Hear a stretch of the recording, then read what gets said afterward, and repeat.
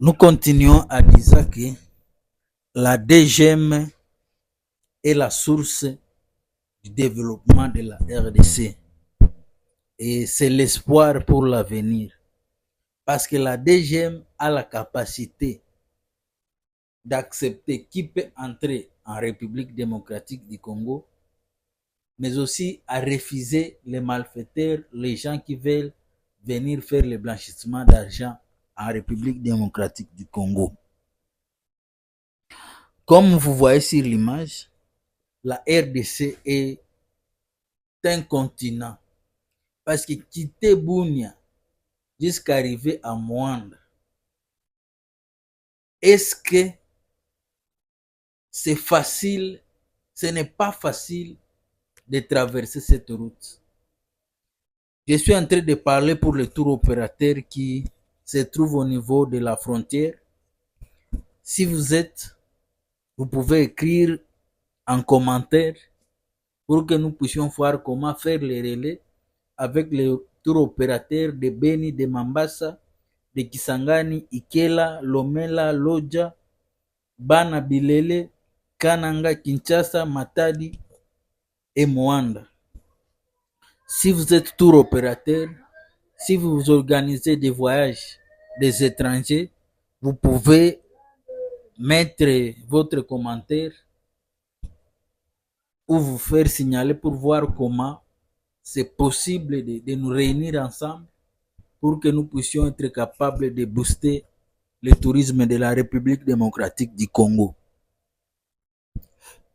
Comme vous le savez, je suis en train de dire qu'il doit y avoir la collaboration entre l'ONT, l'ICCN, la division du tourisme, les tours opérateurs congolais et la DGM pour les visas. Pour connaître réellement les statistiques des touristes en République démocratique du Congo, normalement, parce que le tour opérateur doit travailler en symbiose avec la DGM, avec l'ONT, l'ICCN, la division du tourisme. Parce qu'il doit être reconnu pour contrôler les entrées et les sorties des touristes. Et comme nous avons dit que la République démocratique du Congo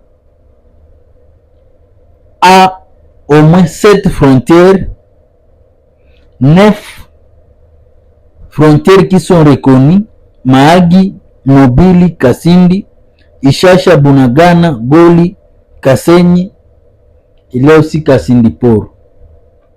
Mais vous devez savoir que la structure de nos frontières avec la République démocratique du Congo, il y a des montagnes,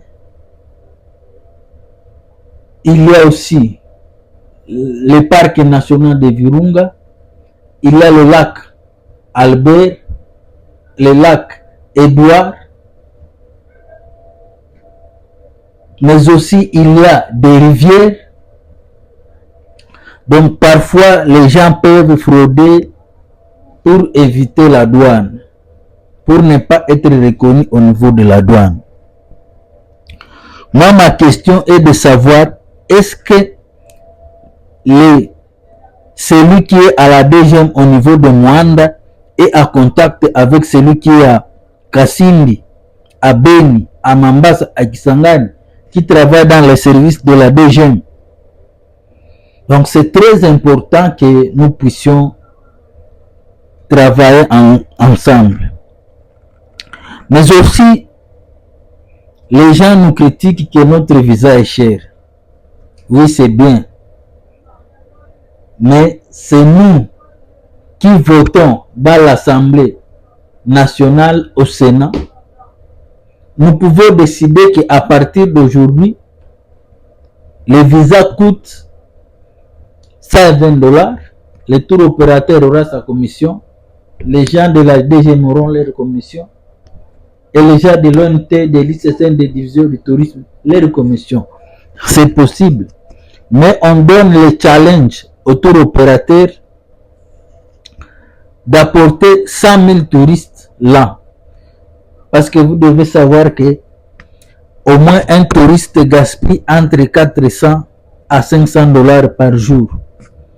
Imaginez que si nous sommes capables d'apporter, de faire venir des touristes étrangers qui nous consomment 500 dollars, voyez comment l'État trouvera de l'argent. Parce que le grand problème que l'État a, il a besoin de cash, d'argent. Et le tourisme peut apporter la solution par rapport à ça. Nous sommes en train de dire que ce qui bloque parfois, c'est la centralisation du pouvoir et la mauvaise gouvernance. Parfois, lorsqu'on va avoir cet argent, est-ce que ça va être redistribué à tous les gens qui se trouvent au niveau des douanes? Donc, c'est très important que vous puissiez comprendre. La RDC est trop grande parce qu'il a au moins 3400 km. Vous quittez Kasenyi jusqu'à arriver à Moanda. Et comme nous avons la capitale Kinshasa, on dit que l'administration est lente pour avoir les visas. Parce que les choses sont lentes parce que ce n'est pas informatisé. Aller en Ouganda, leur service est informatisé. Une base de données qui contrôle tous les pays.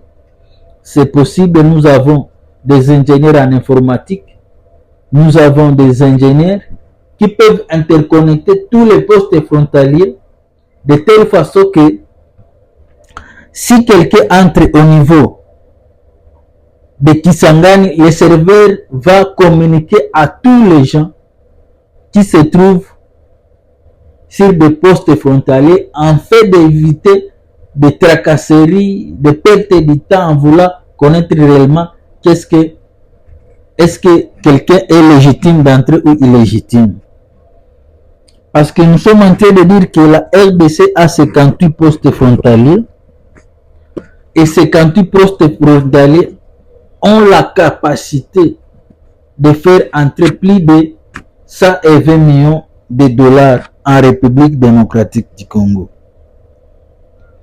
Mais malheureusement, les guerres que nous sommes en train de traverser, la République démocratique du Congo a perdu contrôle à ces postes frontaliers du nord et du sud Kivu que nous sommes en train de dire que les frontières de Ruzizi 1, Ruzizi 2, mais aussi la grande barrière, la petite barrière au niveau d'Idjo aussi, il y a la DGM, mais aussi Ishacha, Bunagana, grande barrière et petite barrière. L'État perd énormément d'argent parce qu'il ne contrôle pas ses frontières. Comme nous sommes à l'indépendance de la République démocratique du Congo, souvent je dis que nous avons réussi l'indépendance politique, mais nous n'avons pas réussi l'indépendance économique. Parce que souvent nos dirigeants se tournent vers l'extérieur pour avoir des capitaux. Et parmi les principes que j'aimerais que vous puissiez connaître, qu'il n'y a pas de territoire touristique, ce sont les hommes qui en font touristique. Deuxième chose, c'est le tourisme qui paye la conservation. Et sans les touristes, il n'y a pas de tourisme. Avoir des potentiels touristiques ne fait pas de vous une destination touristique. Et comment quitter la situation de 2 dollars par jour à 10 dollars par jour grâce au tourisme.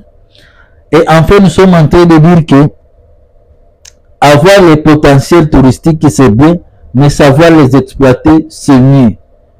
Donc, ici, j'interpelle à tout le monde, parce que nous ne savons pas comment la DGM recrute les gens, mais j'aimerais qu'on puisse mettre à la DGM des gens qui sont capables, qui sont compétents et qui méritent. Pas des gens qui auraient le pouvoir par la force. Donc c'est très important que nous puissions prendre conscience de l'avenir de nos enfants et des générations futures. Merci de nous avoir suivis. Rendez-vous dans nos prochaines vidéos.